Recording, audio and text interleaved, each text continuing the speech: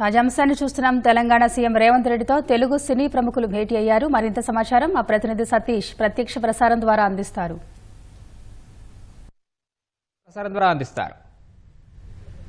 Command control వేదికగా CM Revanth Reddy సినీ ప్రముఖులతో సమావేశమయ్యారు. కొద్దిసేపటి క్రితమే కమాండ్ కంట్రోల్ కి చేరుకున్నటువంటి రేవంత్ రెడ్డి ఉప ముఖ్యమంత్రి బట్టి విక్రమార్క, ప్రభుత్వ సలహాదారు వేం నరేంద్రతో పాటు ప్రభుత్వ ఉన్నతాధికారులంతా కూడా కమాండ్ కంట్రోల్ కు చేరుకోవడం జరిగింది. అప్పటికే వెయిట్ చేస్తున్నటువంటి చాలా మంది సినీ ప్రముఖులతో కలిసి ఈ సమావేశంలో ఒక చాలా స్పష్టమైనటువంటి విషయాలను ఇటీవల జరిగినటువంటి పరిణామాల నేపథ్యంలో ఈ సమావేశంలో కీలకంగా చర్చించబోతున్నారు. ఎఫ్టీసీ చైర్మన్ దిల్ రాజు సమక్షంలో జరుగుతున్నటువంటి ఈ సమావేశానికి అగ్ర దర్శకులు, అగ్ర హీరోలతో పాటు చాలా మంది నిర్మాతలు కూడా హాజరయ్యారు. సినీ పరిశ్రమకు సంబంధించి అభివృద్ధి కావచ్చు, ఇటీవల జరిగిన పరిణామాల వల్ల నెలకొన్నటువంటి వివాదాలు కావచ్చు, సో అదేవిధంగా పరిశ్రమ నుంచి ప్రభుత్వానికి చెప్పేటువంటి ప్రతిపాదనల విషయంలో కూడా ఈ సమావేశంలో చర్చించబోతున్నారు. ముఖ్యమంత్రి దాదాపు గంట సమయం ఇచ్చారు.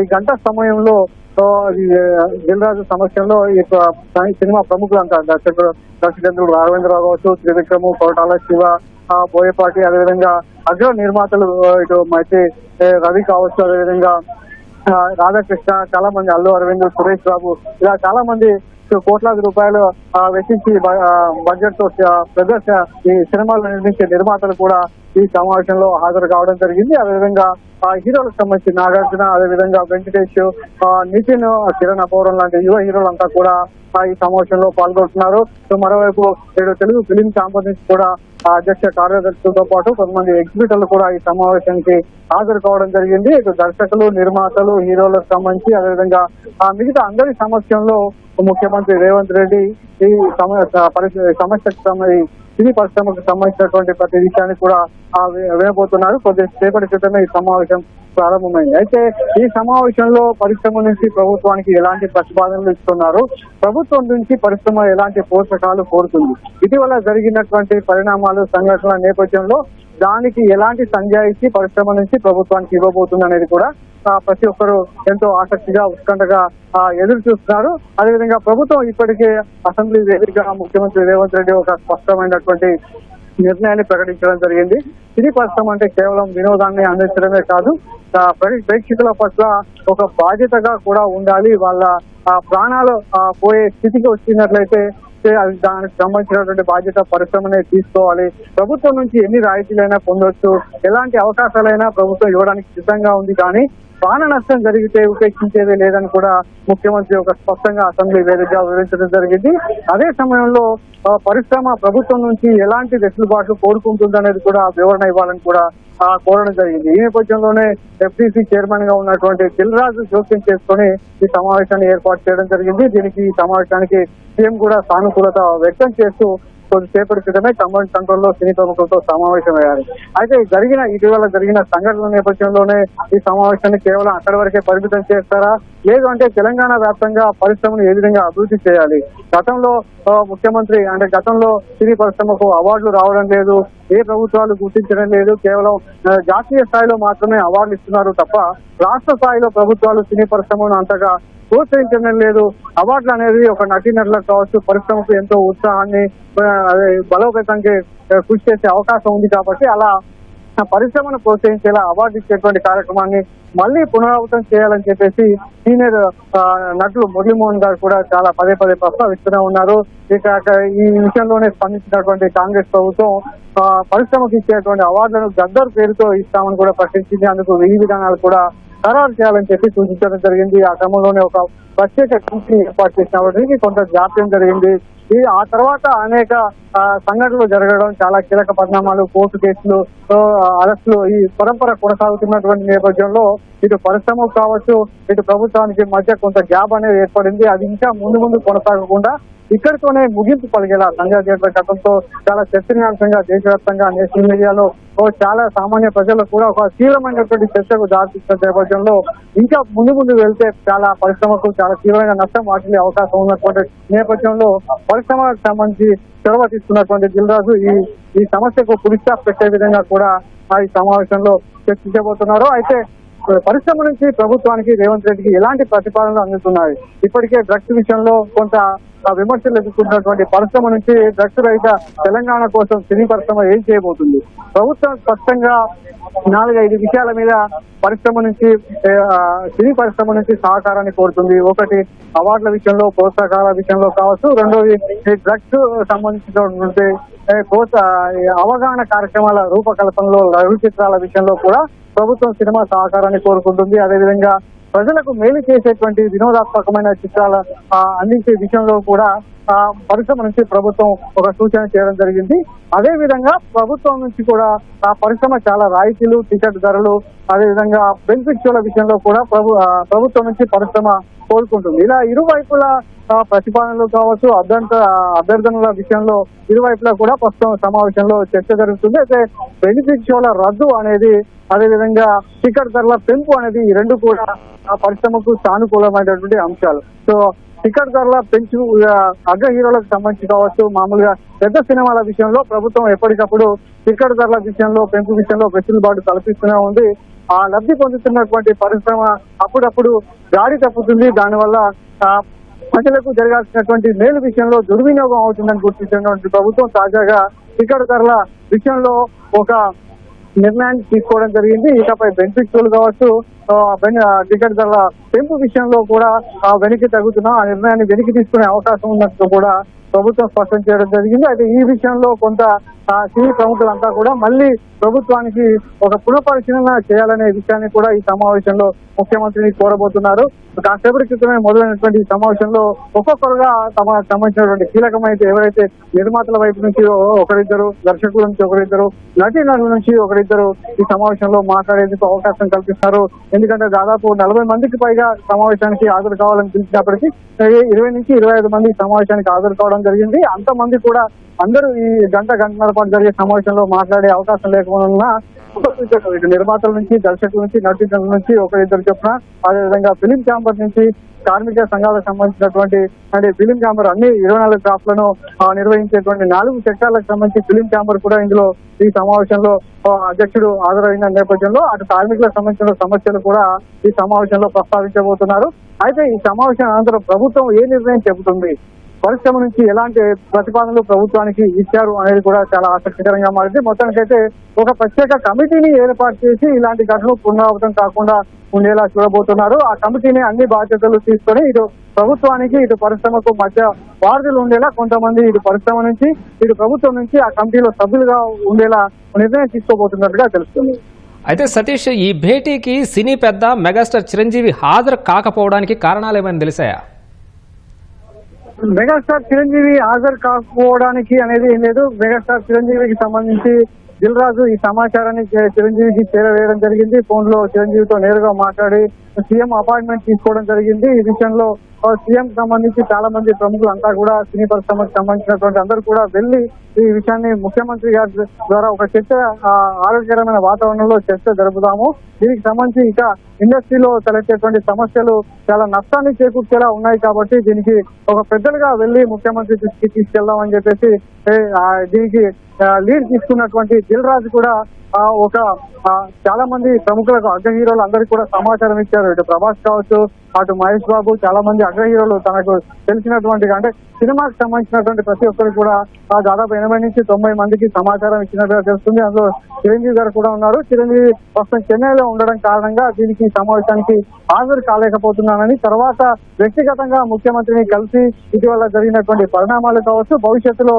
తీసుకునేటువంటి నిర్ణయాల విషయంలో ముఖ్యమంత్రికి తన మద్దతు ఎప్పుడు ఉంటుంది, కాంగ్రెస్ ప్రభుత్వానికి తన మద్దతు ఎప్పుడు ఉంటుంది, సినీ పరిశ్రమకు సంబంధించి ఎలాంటి సమస్య వచ్చినా, కార్మికులకు ఎలాంటి సమస్య వచ్చినా భుజం కాసేటువంటి మెగాస్టార్ ఈ సమావేశానికి దూరంగా ఉండడం పట్ల కొన్ని అనుమానాలు వ్యక్తమవుతున్నప్పటికీ వ్యక్తిగతంగా చిరంజీవి స్వయంగా దిల్ రాజుతో విషయాన్ని చేరవేసినట్టుగా తెలుస్తుంది. ముఖ్యమంత్రి చెన్నై నుంచి వచ్చిన తర్వాత ముఖ్యమంత్రి నేరుగా కలిసి పలు విషయాలు ముఖ్యమంత్రితో నేరుగా చర్చించనున్నట్టుగా తెలుస్తుంది. అయితే ఈ సమావేశానికి చిరంజీవి కాదు, బాలకృష్ణ, చాలా మంది ప్రభాస్, మహేష్ బాబు లాంటి అగ్ర హీరోలు కూడా దూరంగా ఉన్నారు. కానీ వాళ్ళని వ్యక్తిగతంగా వారంతా కూడా సీఎం ను కలిసి వాళ్ళకి సంబంధించి ఉన్నటువంటి అభిప్రాయాలు కావచ్చు, పరిశ్రమలో నెలకొన్నటువంటి సమస్యలను వారంతా కూడా మరో సమావేశంలో సీఎంతో చర్చించే అవకాశాలు ఉన్నట్టుగా తెలుస్తుంది.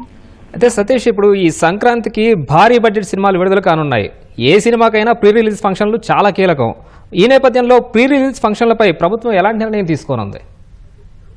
ముందస్తు విడుదల వేడుకలకు సంబంధించి కూడా ప్రభుత్వం ఒక స్పష్టమైనటువంటి విధానాన్ని ప్రకటించే అవకాశం కూడా ఉంది. ఎందుకంటే హైదరాబాద్ నగరంలో కావచ్చు, ఇతర రాష్ట్రాల్లో, తెలుగు రాష్ట్రాల్లో ఎక్కడ ముందస్తు వేడుకలు నిర్వహించినా చాలా పెద్ద సంఖ్యలో అభిమానులు తరలి రావడం జరుగుతుంది.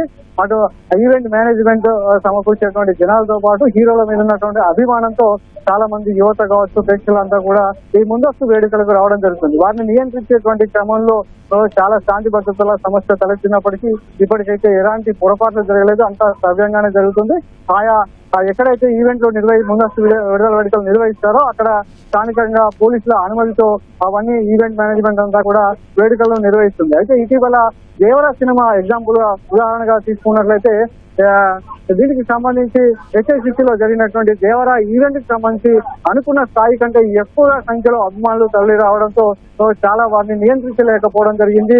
కొంత డ్యామేజ్ కూడా జరిగింది. ఈ దశలో ఎన్టీఆర్ జోక్యం చేసుకుని ఇప్పుడు పోలీసుల సూచనల మేరకు ఈవెంట్ ను రద్దు చేసుకున్నట్టుగా అభిమానులకు క్షమాపణ చెప్పడం జరిగింది. పోలీసుల సూచనలకు అనుగుణంగా హీరోలు వ్యవహరించడం వల్ల ఆ రోజు జరగాల్సిన పెద్ద నష్టమే కూడా చాలా మంది గాయపడే వాళ్ళకు చాలా నష్టం కూడా జరిగే అవకాశం ఉన్నటువంటి నేపథ్యంలో పోలీసుల సూచనలతో ఆ ఈవెంట్ ను రద్దు చేశారు. సో ఈ క్రమంలోనే జరిగేటువంటి ఇప్పుడు సంక్రాంతి సినిమాలకు సంబంధించి చాలా 3 అగ్ర సినిమాలు కూడా రాబోతున్నాయి. రామ్ చరణ్ నటించినటువంటి గేమ్ చేంజర్ తో కావచ్చు, వెంకటేష్ నటించిన సంక్రాంతికి వస్తున్నాం, బాలకృష్ణ, డాకు మహారాజు సినిమాలన్నీ కూడా సంక్రాంతి బరిలో ఉన్నాయి.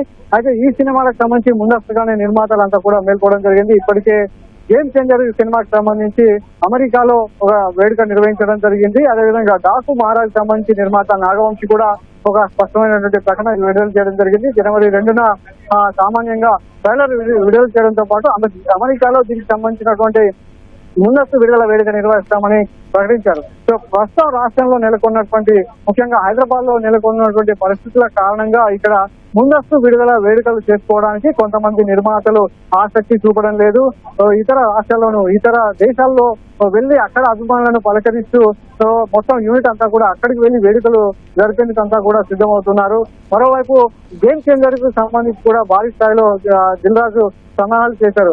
జనవరి 10న ఈ సినిమా విడుదల కాబోతున్న నేపథ్యంలో భారీ బడ్జెట్, అదేవిధంగా అగ్ర దర్శకులు లాంటి సెంచర్ నుంచి వస్తున్నటువంటి సినిమా కావడంతో అభిమానులంతా కూడా ఎంతో ఉత్కంఠగా ఎదురు చూస్తున్నారు. దాదాపు త్రిబుల్ తర్వాత 3 ఏళ్ల తర్వాత రామ్ చరణ్ సినిమా విడుదల అవుతుంది. ఈ నేపథ్యంలో అటు రామ్ చరణ్ మెగా అభిమానులంతా కూడా ఈ సినిమా కోసం ఎదురు చూస్తున్నారు. అయితే వేడుకలు నిర్వహించేటువంటి క్రమంలో జరుగుతున్నటువంటి ఇబ్బందుల కారణంగా పోలీసుల సూచనలతో ఎప్పటికప్పుడు అనుమతుల విషయంలో సంప్రదింపులు జరుపుతూనే ఉన్నారు. పోలీసుల సూచనలకు అనుగుణంగా వేడుకలు పరిమితికి మించి పాసులు జారీ చేయడం, అదేవిధంగా పోలీసుల సూచనలు పరిగణలోకి తీసుకోకుండా వేడుకలు నిర్వహించడం వల్ల శాంతి భద్రతల సమస్యలు తలెత్తుతున్నాయి. ఈ విషయాన్ని గుర్తించినటువంటి పోలీస్ శాఖ కావచ్చు, లేదంటే ప్రభుత్వం కూడా ఎప్పటికప్పుడు వాళ్ళకి సూచనలు జారీ చేస్తూనే ఉంది. పరిమిత సంఖ్యలోనే పాసులు జారీ చేయాలి. వేడుకలు నిర్వహించేటువంటి క్రమంలో ట్రాఫిక్ సమస్యలు తలెత్తకుండా చూడాలి. అదేవిధంగా విధిగా ఎంత హాలుకు సంబంధించి, వేడుకలు నిర్వహించేటువంటి హాలుకు సంబంధించి ఎంత పరిమితిలో ఉందో అంత మాత్రమే అభిమానులు లోపలికి పంపించాలి. నిర్ణీత సమయంలోనే వేడుకలు ముగిసేలా చూడాలని చెప్పి కూడా ఎప్పటికప్పుడు ఇది పోలీస్ శాఖ నుంచి ఈవెంట్ నిర్వాహకులకు కావచ్చు, చిత్ర నిర్మాతలకు ఆదేశాలు జారీ చేస్తూనే ఉన్నాయి. అది ఈ ఇటీవల జరిగినటువంటి పరిణామాల నేపథ్యంలో సంక్రాంతికి విడుదలయ్యేటువంటి సినిమాల వేడుకలో ఎలా ఉంటుందనేది కూడా ఈ సమావేశంలో చర్చించబోతున్నారు. అన్ని జాగ్రత్తలు తీసుకున్నాకే ఎలాంటి ఇబ్బందులు తలెత్తకుండా ఒక సినిమాకి సంబంధించి, ప్రమోషన్ ఈవెంట్ కి సంబంధించి ఎలాంటి ఇబ్బందికరమైన తలెత్తులు జరగకుండా, అందుకు ఒకవేళ జరిగితే తామే బాధ్యతలు తీసుకుంటామనే రీతిలో ప్రభుత్వానికి ఒక స్పష్టమైనటువంటి నిర్ణయాన్ని వెల్లడిస్తూనే వేడుకలకు ఇక ముందు జరగబోతున్నట్టుగా తెలుస్తుంది.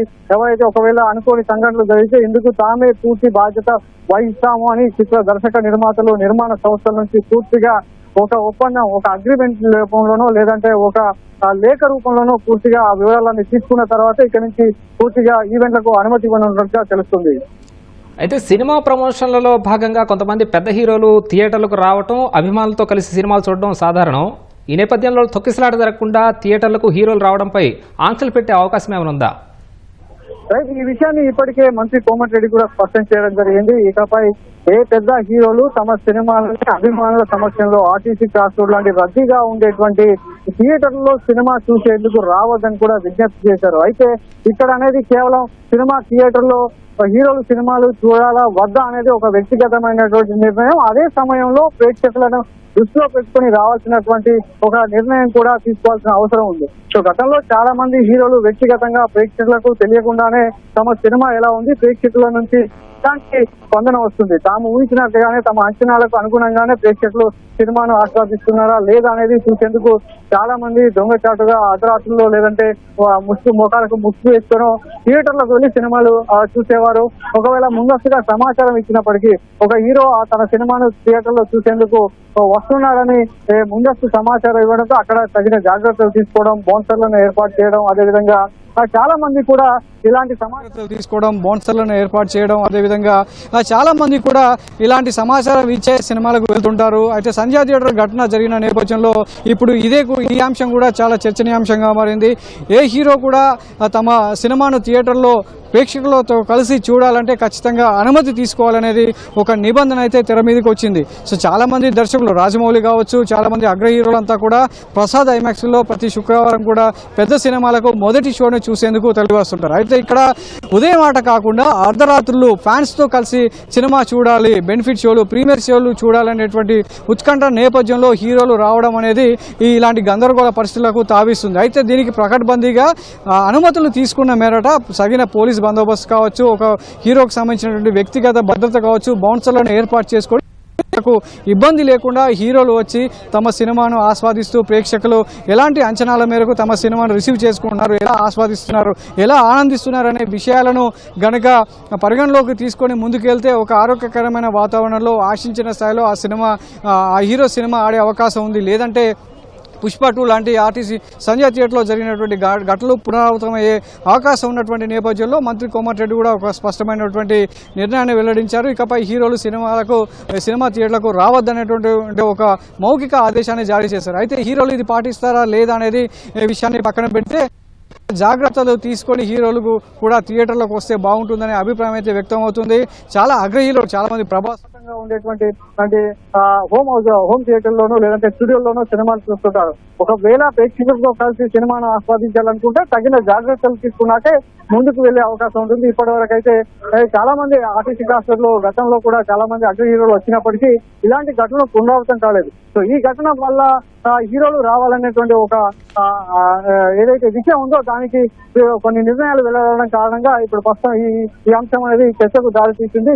ఈ క్రమంలోనే హీరోలు రావాలనేటువంటి విషయంలో అగ్ర హీరోలైనా కావచ్చు, చిన్న హీరోలైనా కావచ్చు తగిన జాగ్రత్తలు, నిబంధనలు పాటిస్తూ రావడం వల్ల థియేటర్లో ఒక ఆనందకరమైన వాతావరణంలో ఉన్నటువంటి థియేటర్ వాతావరణంలో ఇబ్బందికరమైన పరిస్థితులు తలెత్తకుండా ఉండేందుకు అవకాశం ఉందని చెప్పేసి ప్రభుత్వం అయితే అభిప్రాయపడుతుంది. మరి ఇది హీరోలు ఎంతవరకు పాటిస్తారనేది కూడా చూడాల్సిన అవసరం ఉంది. అయితే సతీష్, ఇక్కడ ఘటన జరిగిన తర్వాత కోమటిరెడ్డి వెంకటరెడ్డి స్పష్టంగా చెప్పారు, బెనిఫిట్ షోలకు ఎట్టి పరిస్థితుల్లోనూ అనుమతి ఇవ్వబోమంటూ ఆయన క్లియర్గా చెప్పారు. అయితే ఈ భేటీలో బెనిఫిట్ షోల రద్దుపై స్పష్టమైన ప్రకటన అధికారికంగా వచ్చే అవకాశం ఉందా? ఒక నిర్ణయం అయితే వెలువడే అవకాశం ఉంది. బెనిఫిట్ షోల వల్ల అర్ధరాత్రుల్లో మధ్యాహ్నం అంటే ప్రభుత్వాలు వెసులుబాటు కల్పిస్తూ అర్ధరాత్రి 1 గంట షోలకి, అదేవిధంగా తెల్లవారుజామున 4 గంటల షోలకి అనుమతులు ఇవ్వడం, దాని ద్వారా కేవలం అభిమానులను దృష్టిలో పెట్టుకొని చాలా చోట్ల పరిమిత సంఖ్యలో థియేటర్లో ఈ బెనిఫిట్ షోలకు అవకాశం కల్పిస్తుంది ప్రభుత్వం. గత కొన్నాళ్లుగా ఈ ఆనవాయితీ కొనసాగిస్తుంది. భారీ బడ్జెట్ సినిమాలు, అగ్ర హీరోల సినిమాల విషయంలో మాత్రమే ఇది జరుగుతుంది.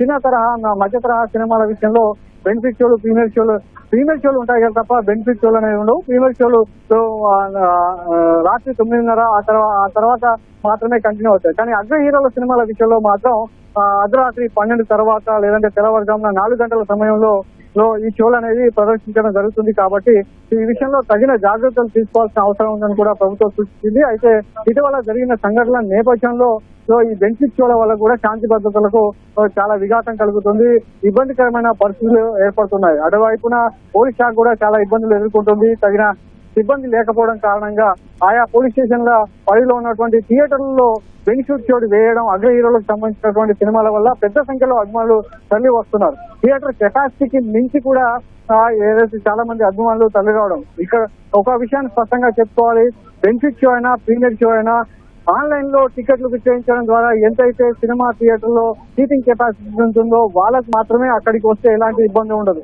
అంతకు మించి ఆ బెనిఫిట్ షోలకు హీరోలు తరలి రావడం, వాళ్ళకు చూడాలన్నటువంటి విషయంలో పెద్ద సంఖ్యలో అభిమానులు తరలి రావడం, అక్కడ ఒక హంగామా వాతావరణం నెలకొన్నటువంటి నేపథ్యంలో శాంతి భద్రతలకు విఘాతం కలుగుతుంది. అదేవిధంగా అక్కడ ఉన్నటువంటి ఆహ్లాదకరమైన వాతావరణం చేరుకుంటున్న కారణంగా ప్రభుత్వం ఈ నిర్ణయం తీసుకుంది. మరి ఈ విషయంలో కూడా టికెట్ ధరల పెంపు విషయంలో కూడా ఈ సమావేశంలో ఒక చర్చనీయాంశంగా, చర్చలో ఒక అంశంగా మాత్రం అయితే ఉంటుంది.